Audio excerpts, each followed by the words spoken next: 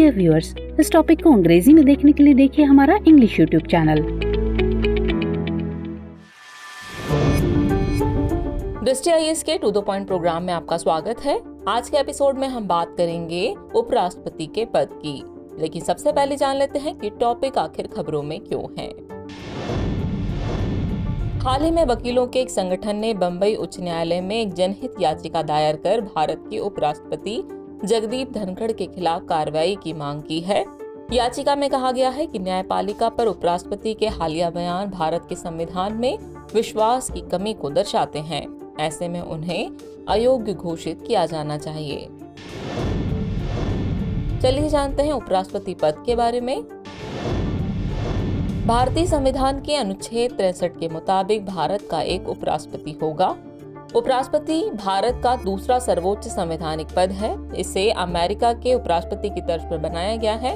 ये राज्यसभा का पदेन सभापति होता है। ये 5 साल के कार्यकाल के लिए चुना जाता है, लेकिन जब तक इसका उत्तराधिकारी पदभार ग्रहण नहीं कर लेता, तब तक यह कार्यकाल समाप्त होने के बावजूद भी पद पर बने रह सकता है।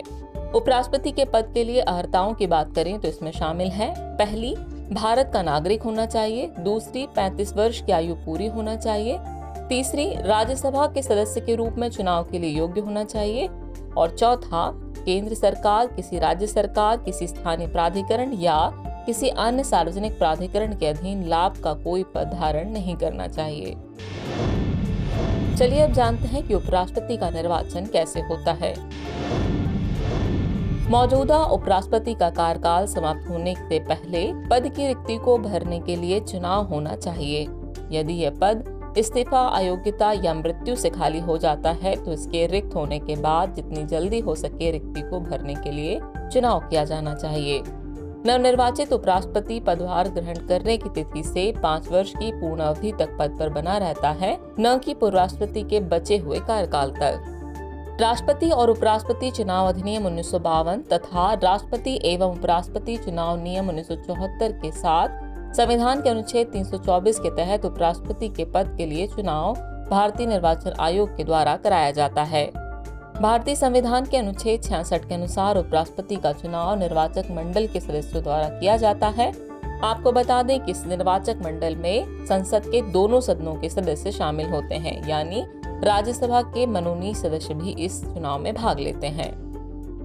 उपराष्ट्रपति को अनुपातिक प्रतिनिधित्व प्रणाली में एकल हस्तांतरणीय मत द्वारा चुना जाता है। इस चुनाव में गुप्त मतदान होता है। चलिए अब आखिर में बात कर लेते हैं उपराष्ट्रपति के पद की रिक्ति के बारे में। उपराष्ट्रपति भारत के राष्ट्रपति को अपना इस्तीफा सौंपकर पद से मुक्त हो सकता है।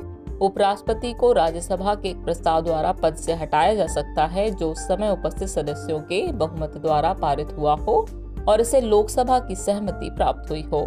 राज्यसभा में प्रस्ताव पारित करने से पहले उपराष्ट्रपति को 14 दिनों का नोटिस दिया जाना चाहिए।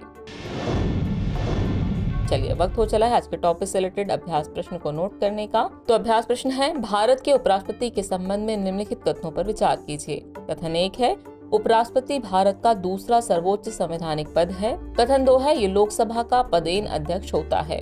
उपयुक्त में से कौन से ऐसे कथन सही है या फिर हैं? आपके ऑप्शन है केवल 1, केवल 2, 1 और 2 दोनों, और न तो 1 न ही 2। तो इस प्रश्न का जवाब कमेंट बॉक्स में देना न भूलें। जल्द ही मिलते हैं नए एपिसोड में नए टॉपिक के साथ। तब तक के लिए शुक्रिया।